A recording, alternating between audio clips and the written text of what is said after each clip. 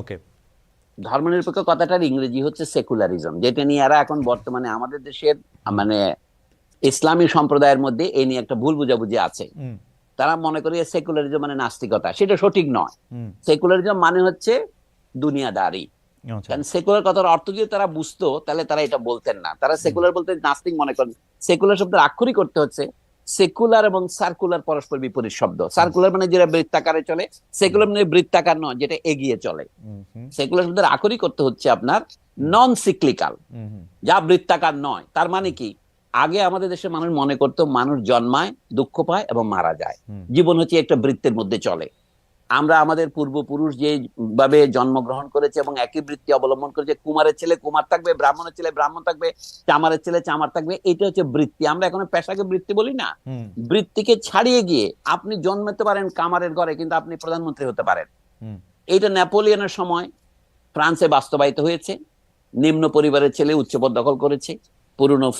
Feudalism চলে গেছে। এই ফিউডালিজম বিরোধী মনোভাবকে সেকুলারিজম বলা হতো। হুম। কিন্তু এখন কে চোরা না শুনে ধর্মের কাহিনী। তা আমি এই জন্য বলি সেকুলার শব্দের অর্থ হচ্ছে দুনিয়াদারি। হুম। মুসলমানরা যখন প্রতিদিন যে আমরা প্রার্থনা করি, আমি এটা বহুবার হুম। টকশোতে বলেছি, রিপিট করা পছন্দ হয় না, তবু আপনাকে বলি, রাব্বানা আতিনা ফিদ দুনিয়া হাসনা ওয়া ফিল আখিরাতি হাসনা। মানে কি, হে প্রভু আমাদের, তুমি আমাদের দুনিয়াকে সুন্দর করে দাও হুম। এবং তুমি আমাদের পরকালকেও সুন্দর করে দাও। তাহলে হুম। রব্বানা আতিনা ফিদ দুনিয়া হাসনা, এটা হচ্ছে সেকুলারিজম। ওকে। সেকুলারিজম মানে হচ্ছে চাষবাস করা, সেকুলারিজম মানে হচ্ছে জীবিকা অর্জনের কাজ করা।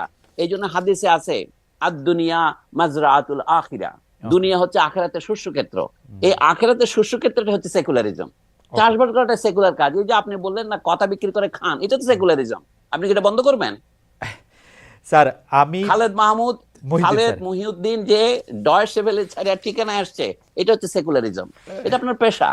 স্যার মুসলমানদের যে অধঃপতন হচ্ছে, এটা হচ্ছে কি তারা সেকুলার কাজে পিছিয়ে পড়ছে। আহ, আমি সেজন্য বলি কি, এই শব্দ নিয়ে তর্ক না করে, এটা আমাদের প্রধান তর্ক নয়। আমাদের এখন দরকার সংবিধানের মধ্যে সবচেয়ে বিপজ্জনক যে ধারাগুলো আছে হুম। সেগুলিকে বর্জন করা এবং সেখানে নতুন ধারা অভিষিক্ত করা। সেটাকে আপনি পুনর্লিখন বলবেন, নতুন সংবিধান বলবেন। যারা অশ্রদ্ধা করে বলে সংবিধান ছুড়ে ফেলবে, হুম। পৃথিবীর বহু ইতিহাস আছে। ফ্রান্স এখন 5-6টা সংবিধান গৃহীত হয়েছে বিপ্লবের পর থেকে, হুম। কিন্তু ফ্রান্সে আছে। তারা এগুলোর নাম দিয়েছে first Republic, second Republic, third Republic, fourth Republic, এমন দাগলের সময় ফিফথ রিপাবলিক হয়েছে আলজেরিয়ার হুম। বিপ্লবের হুম। সময়। এইগুলি আমেরিকানরা কি করছে, আমেরিকানরা 1783 সনে ইংল্যান্ডকে সারেন্ডার করাইছে হুম। 8 বছর মুক্তিযুদ্ধের মাধ্যমে।